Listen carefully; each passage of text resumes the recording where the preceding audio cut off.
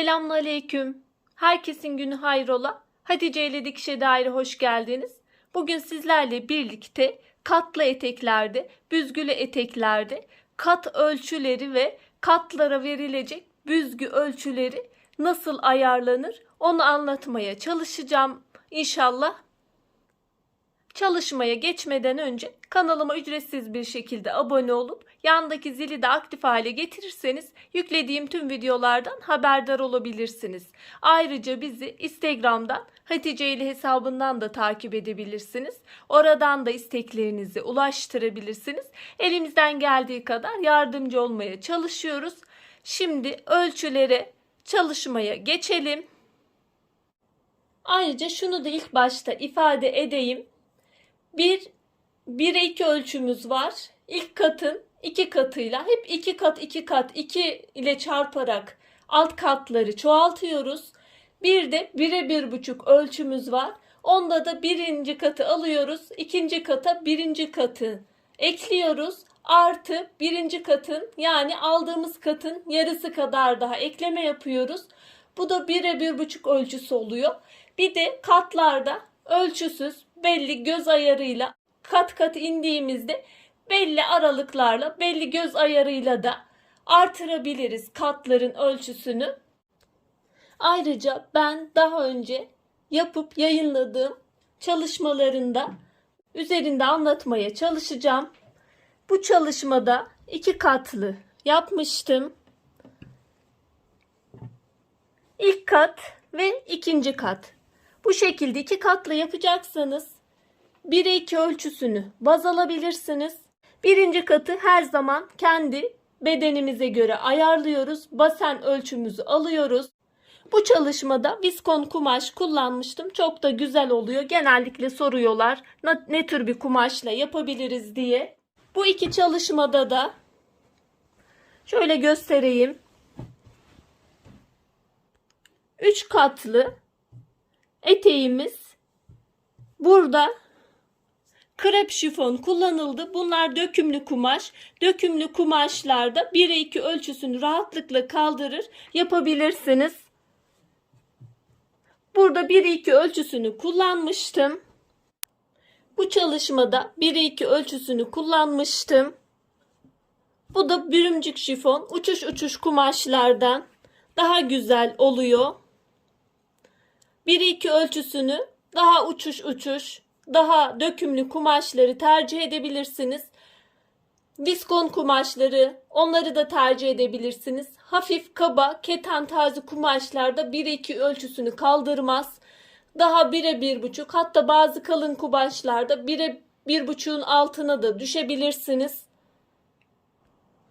Bu çalışmada da zefir, popline yakın kumaşlar ama bunlarda 1'e 1,5 ölçüsü kullandım. 1'e 2 ölçüsü kaldırmaz, kaba durur.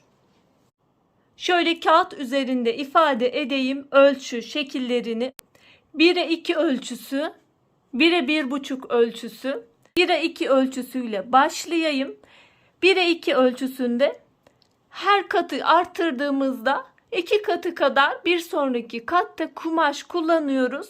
İlk kat önemli. İlk katta burada basenimize göre ölçü, kendi bedenimize göre ölçüyü alıyoruz.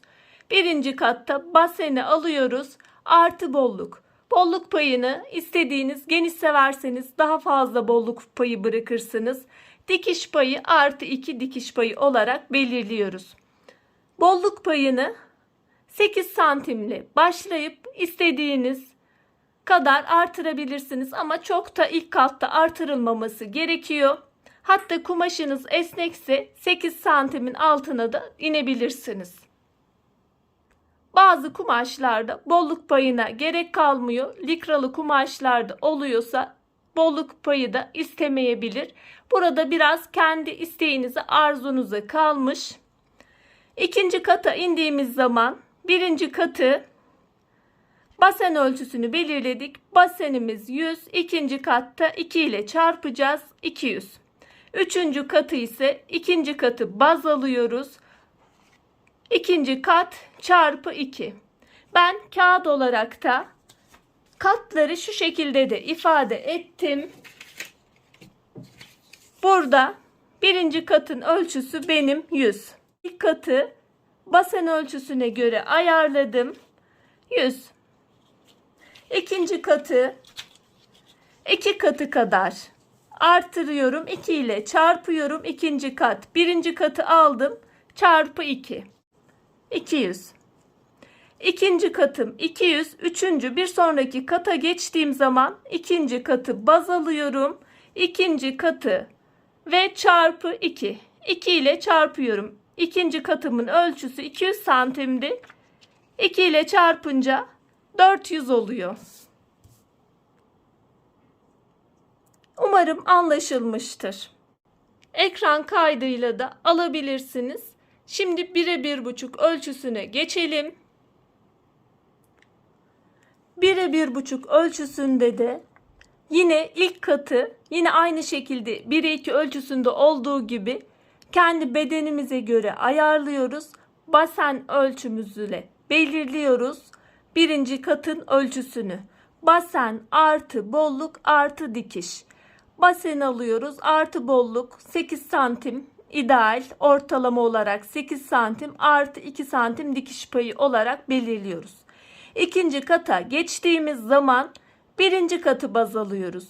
Birinci katın ölçüsünü alıyorum. Birinci kat artı birinci katın yarısı kadar.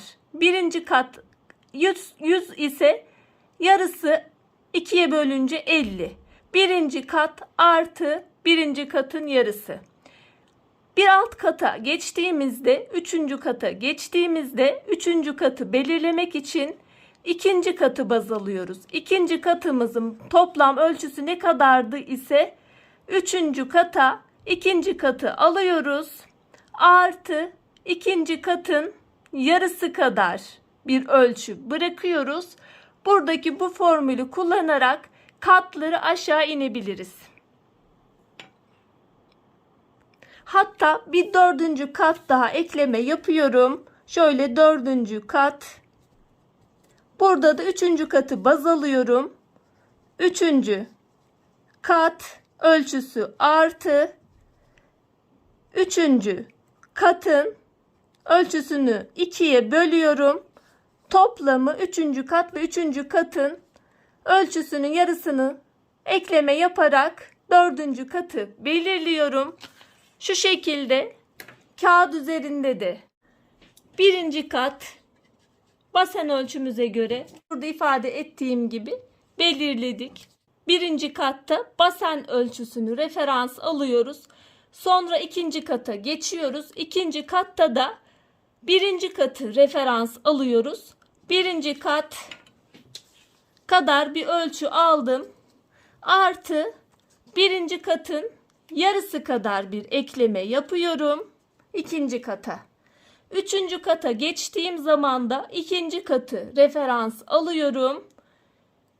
İkinci katı kadar üçüncü katta ikinci katım ne kadardı? 100 artı 50, 150.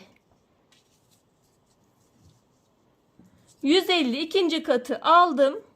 İkinci katın yarısı kadar bir ekleme daha yapıyorum. 150'nin yarısı 75. Üçüncü katı tamamlamış oldum. Bir alt kata, dördüncü kata geçtiğim zaman ise üçüncü katı baz alıyorum. Üçüncü kat kadar aldım. Bir de yarısı kadar üçüncü katın kumaş eklemesi yapıyorum.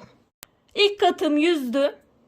İkinci kata geçişte 100 artı yarısı 50, 150 oldu. Üçüncü kata bir alt kata geçtiğim zaman toplamı 150 idi. 150'yi aldım. Artı bir de 150'nin yarısı kadar 75 kumaş ekleme yaptım. Bir sonraki dördüncü kata geçtiğim zaman ise üçüncü katın toplamı 225. 225'i aldım. Artı 225'in yarısı kadar yani 112,5 bir kumaş eklemesi yaptım. Bu şekilde ölçüleri alıyoruz. Umarım anlatabilmişimdir. Bu videonun açıklama ve yorumlar bölümüne de diğer gösterdiğim çalışmaların linklerini bırakırım. Oradan ulaşabilirsiniz. Ayrıca büzgü yapımı için ayrı bir video çektim. Onun da linkini bırakırım. Büzgü makinede nasıl yapılır ona da bakabilirsiniz. Bu videoda anlaşılmadığı bir nokta olursa yorumlar bölümünden yazabilirsiniz. Müsait oldukça cevaplamaya çalışırım. Umarım faydalı bir çalışma olmuştur. Yapmak isteyen, denemek isteyen arkadaşlara kolaylıklar diliyorum. Allah'a emanet olun. Hoşça kalın, sağlıcakla kalın.